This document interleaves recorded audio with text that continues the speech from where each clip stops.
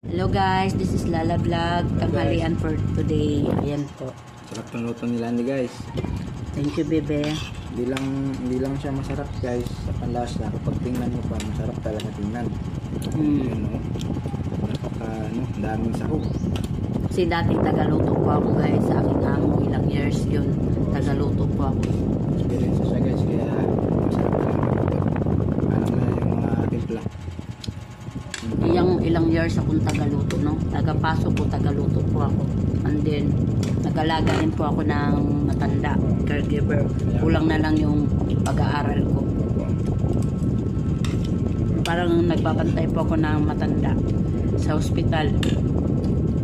2 years ako sa ospital, and then pag-uwi sa bahay, tagaluto din ng amo ko.